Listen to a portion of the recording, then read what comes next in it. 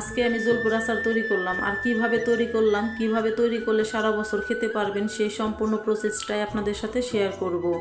Hello everyone, আসসালামু আলাইকুম। সবাই কেমন আছেন? আশা করি সবাই ভালো আছেন, আমিও ভালো আছি। এই তো প্রথমে আমি 2 কেজির মতো জলপাই নিয়েছি, এরপর কেটে ধুয়ে পরিষ্কার করে নিয়েছি। কেটে ধুয়ে পরিষ্কার করে নেওয়া হয়ে গেলে এখানে আমি হলুদ গুঁড়া, মরিচ গুঁড়া দিয়ে ভালো করে ঝাঁকিয়ে নিয়েছি, কারণ আমি রোদে শুকাতে দিব। এর জন্য একটা ছিনিতে করে সবগুলো জলপাই আমি দিয়ে রোদে শুকানোর জন্য ছাদে দিয়ে আসলাম, কারণ সারাদিন রোদে শুকাতে হবে। রোদে শুকিয়ে নিলে আচারের কালারটা অনেক সুন্দর হয়, তাই আমি রোদে শুকিয়ে নিয়েছি।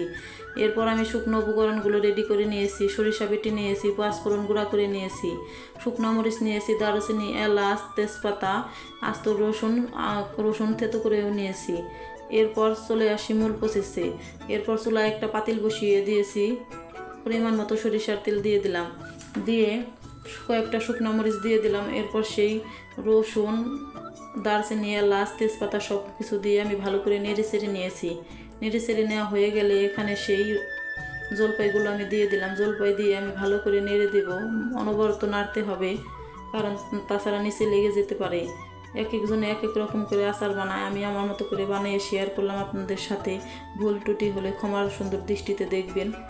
এরপর আমি লবণ, জিরা গুঁড়া, ধনিয়া গুঁড়া দিয়ে দিলাম, কিছুটা হলুদের গুঁড়াও দিয়ে দিলাম। এরপর ভাবলাম গরম মশলা গুঁড়াটা আমি দিয়ে দিই। এরপর গরম মশলা গুঁড়াটা দিয়ে আমি সেই বেটে রাখা সরিষা বাটাটাও দিয়ে দেব, কারণ সরিষা বাটা দিয়ে আচার বানালে খেতে অনেক ভালো লাগে। আমি এর জন্য সরিষা বাটাও আমি দিয়ে দিলাম, দিয়ে ভালো করে নেড়ে চেড়ে দেবো।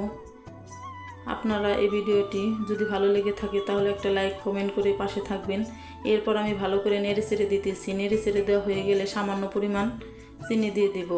সামান্য পরিমাণ চিনি দেওয়া হয়ে গেলে আমি অনবরত নাড়তে থাকবো, তাছাড়া নিচে লেগে যেতে পারে। এর জন্য আমি খালি নাড়তেই ছিলাম। দেখুন জলপাইয়ের কালারটা চেঞ্জ হয়ে গেছে। এরপর আমি পাঁচফোড়ন গুঁড়াটা দিয়ে দিলাম, দিয়ে ভালো করে নেড়ে চেড়ে দেবো। জলপাইগুলো আমার সিদ্ধ হয়ে গেছে, এখন আমি আস্তে আস্তে নেড়ে দিতেছি। দেখুন কালারটা কি সুন্দর হয়েছে, আর খেতেও অসাধারণ হয়েছিল। সারা বছর খাওয়ার জন্য আমি এইভাবে করে জলপাইয়ের আচারটা বানিয়ে রাখি। যেহেতু জলপাইটা সিদ্ধ বেশি হয়ে গেছে, এজন্য আমি বাঁশের একটা লাঠি দিয়ে ভালো করে নেড়ে দিতেছি। এ তো আমার নেড়ে চেড়ে দেওয়া হয়ে গেলে এখানে আমি পরিমাণ মতো কিছু সিরকা দিয়ে দিলাম। সিরকা দিয়ে আমি ভালো করে এখন উল্টে পাল্টে আস্তে আস্তে করে নেড়ে দেবো। জলপাইয়ের আচারের কালারটা অনেক সুন্দর হয়েছে, খেতেও ভালো, অসাধারণ হয়েছিল।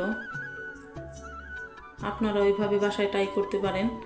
আজকের ভিডিওটি এই পর্যন্তই। সবাই ভালো থাকবেন, সুস্থ থাকবেন, এভাবে করে জলপাইয়ের আচার বানিয়ে খাবেন। আমার জন্য দোয়া করবেন। আল্লাহ হাফেজ, আসসালামু আলাইকুম।